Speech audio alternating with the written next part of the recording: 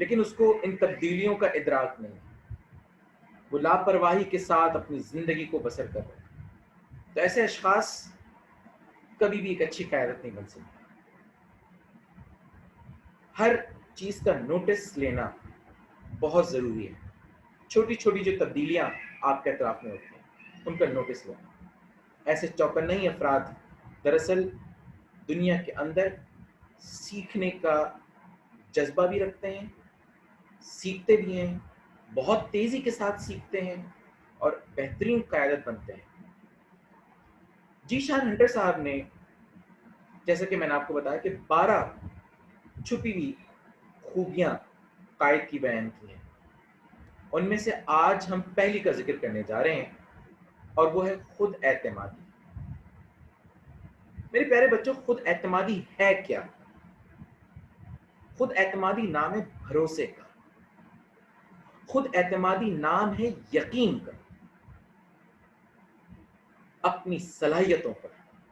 یقین، اپنی صلاحیتوں پر بھروسہ،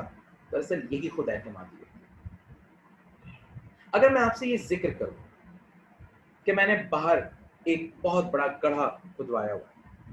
اور اس میں میں نے ایک بہت بڑی آگ تیار کی ہے، اور میں آپ سے کہوں کہ آپ اس آگ کے اندر جا کر گر جائیں، چھلانگ مار لیجیے، تو آپ میں سے کتنے لوگ تیار ہوں گے اس بات کے لیے؟ یقینی طور پہ کوئی ایک بھی تیار نہیں ہوگا۔ وجہ یہ ہے کہ آگ انسان کو جلا دیتی ہے، ہلاک ہو جائیں گے، ختم ہو جائیں گے، زندگی تمام ہو جائے گی۔ حالانکہ آپ میں سے کسی ایک کا بھی ہو سکتا ہے شاید آگ سے جلنے کا کبھی ایسا معاملہ نہ ہوا ہو، لیکن یہ جو یقین ہے نا، یہی دراصل وہ یقین، اگر آپ کو اپنی صلاحیت پر، آپ کو اپنی قابلیت پر ہے، یہ بھروسہ ہے، تو دراصل یہی چیز جو ہے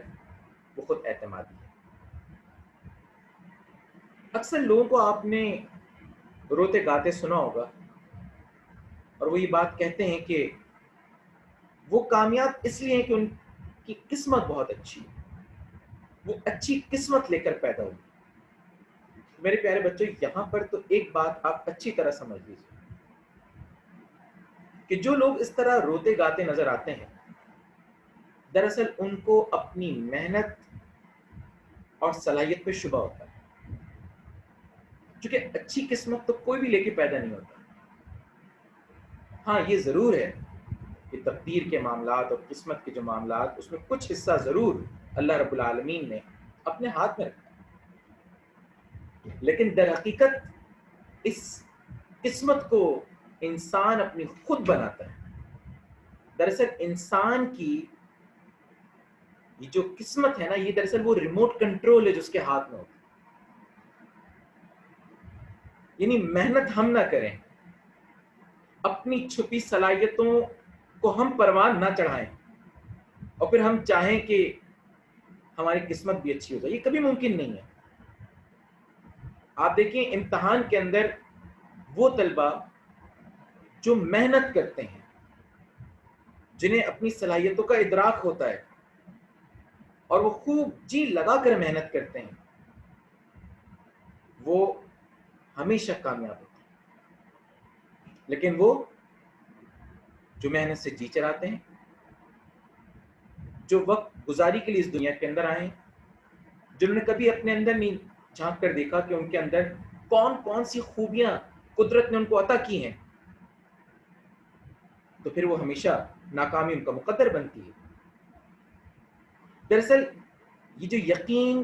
یہ بھروسہ، یہ خود اعتمادی، یہی وہ دراصل چیز ہے جو آپ کے اندر لگن پیدا کرتی ہے، جو آپ کو ماہر بناتی ہے، آپ چیزوں کے اندر دلچسپی ظاہر کرتے ہیں۔ آپ دیکھیے، تاریخ اٹھا کے دیکھ لیجئے، اپنے قرب و جوار میں موجود افراد کو دیکھ لیجئے کہ جن لوگوں نے اپنی صلاحیتوں پر، اپنی محنت پر بھروسہ کیا، وہ ہمیشہ کامیاب ہوئے۔ ان کے اندر ہمیشہ آپ نے دیکھا ہوگا کہ ایک دلچسپی کا عنصر ان کے اندر موجود ہے۔ ایسے لوگ جو دلچسپی جن کے اندر کاموں سے متعلق موجود ہو، تو آپ نے ان کو کبھی بھوک کے لیے اٹھتے ہوئے نہیں دیکھا ہوگا، کبھی نیند کے لیے اٹھتے ہوئے نہیں دیکھا ہوگا کہ نیند اب آ رہی ہے اور چلے سو جاتے ہیں، بھوک لگ رہی ہے چلیں کھانا کھا لیتے ہیں۔ ان کے پاس دیگر کاموں کے لیے اتنی فرصت نہیں ہوتی ہوگی، وہ تو بس اپنے کام میں مگن ہے، اپنے کام میں مست ہے، چونکہ اس کام میں ان کو بہت مزہ آ رہا ہے، دلچسپی ہے اس کام میں ان کو۔ دراصل وہ پہچان چکے ہوتے ہیں، وہ جان چکے ہوتے ہیں اپنی چھپی خوبیوں کو، اپنی صلاحیتوں کو۔ اور ایک لیڈرشپ کے اندر خود اعتمادی کا عنصر ہونا چاہیے۔ یہ خود اعتمادی ہی ہوتی ہے جو انسان کو زندگی کے اندر ایک کامیاب انسان بنا دیتی ہے۔ جب آپ کو اپنے چھپے ان صلاحیتوں کا ادراک ہو جاتا ہے تو آپ ان چیزوں کو مزید، یعنی اگر میں کہوں مثال کے طور پہ آپ کو اگر یہ اندازہ ہو جائے کہ آپ کی ڈرائنگ بہت خوبصورت ہے، آپ ڈرائنگ میں بڑے ماہر ہیں، اور آپ جب کوئی قلم لے کر اس میں کام کرتے ہوں تو وہ جو لکیر آپ کھینچتے ہیں اس کے اندر ایک بڑی خوبصورتی پیدا ہو جاتی ہے۔ جو برش آپ کا چلتا ہے اس برش کے اندر آپ دیکھتے ہیں کہ خوبصورت جو ہے وہ رنگ بن گئے ہیں اور خوبصورت کوئی پکچر سامنے آ گئی ہے۔ یعنی آپ کے اندر یہ خوبی، یہ صلاحیت آپ کے اندر موجود ہے کہ آپ ایک بہت اچھی ڈرائنگ بنا سکتے ہیں، تو آپ کے اندر وہ دلچسپی پیدا ہوگی، آپ اس کام کو اور دلچسپی سے کریں گے، چونکہ آپ کو معلوم ہے کہ یہ خوبی آپ میں موجود ہے، آپ تو کر سکتے ہیں، آپ کرتے چلے جائیں گے اور پھر اس کے عروج تک جائیں گے آپ، یعنی اس خوبی کو اپنے اندر بڑھاتے چلے جائیں گے اور بہتر سے بہتر شکل اس کو دے دیں گے آپ۔ اگر آپ ایک مقرر ہیں، آپ کو اگر اندازہ ہو جائے گا آپ کو بولنا بہت اچھا آتا ہے، تو آپ اپنے بولنے کی صلاحیت کو اور مزید بہتر سے بہتر بنا کر ایک بڑے سے بڑا مقرر بن سکتے ہیں۔ اسی طرح سے کسی بھی پیشے کو اٹھا لیجیے، کسی بھی خوبی کو اٹھا لیجیے، کسی بھی صلاحیت کو اٹھا لیجیے، اگر آپ اپنی اس خوبی کو، اپنی اس صلاحیت کو عروج پر پہنچا دیں گے تو آپ کے اندر خود اعتمادی خود پیدا ہو جائے گی، اور اس صلاحیت کو عروج تک پہنچانے کے لیے آپ کے اندر جو جذبہ ہونا چاہیے، وہ دلچسپی، وہ اس کو آگے بڑھنے اور اس کو بہتر سے بہتر کرنے کا آپ کے اندر ایک عزم بھی ہونا چاہیے، اور اس کو آگے سے آگے بہتر کرنے کا آپ کے اندر جو ہے وہ جذبہ بھی ہونا چاہیے۔ تو عزیز طلبہ، آج ہم نے جس نقطے کو موضوع بحث بنایا وہ ہے خود اعتمادی، اور ایک لیڈرشپ کے اندر خود اعتمادی، بھروسہ اور یقین ہونا چاہیے۔ اگر میں پھر دوبارہ آپ کے سامنے اس عظیم ہستی کا ذکر کروں، حضرت محمد مصطفیٰ احمد مجتبیٰ صلی اللہ علیہ وسلم، کہ جو اپنے مٹھی بھر صحابہ کو لے کر جب غزوہ بدر کے اندر تشریف لے جاتے ہیں، آپ کا دراصل وہ یقینی تو تھا جس نے اپنی ٹیم کے اندر ایک مکمل طور پر اعتماد پیدا کیا۔ یعنی آپ یقین رکھیے کہ اگر آپ کو اپنی صلاحیتوں پر یقین ہوگا تو آپ دیکھیں گے کہ آپ کی ٹیم کو آپ کی صلاحیتوں پر اعتماد ہوگا اور وہ آپ کو فالو کریں گے، وہ آپ کو اپنا رہبر اور رہنما مانیں گے۔ تبھی تو وہ 313 صحابہ کہ جو ٹھیک ایک وقت کا کھانا بھی پیٹ بھر کر ان کو نصیب نہیں ہوتا تھا، کہ جن کے کپڑوں پہ پیوند لگے تھے، کہ جن کے پاس اسلحہ بھی اور وہ ساز و سامان بھی اس طرح کا نہیں تھا کہ وہ اتنی بڑی سپر پاور جو 1000 کا لشکر آ رہا ہے اور اسلحے سے لیس لشکر، کہ جس کے اندر بڑے بڑے جنگجو موجود ہیں، ان سے لڑنا، ان کی لڑنے کی صلاحیت تک نہیں تھی اس لحاظ سے اسلحہ اور وہ سارے چیزیں بھی ان کے پاس میسر نہیں تھیں، لیکن آپ دیکھیے کہ اپنے لیڈر پر ان کو وہ بھروسہ اور اعتماد تھا، اور لیڈر کو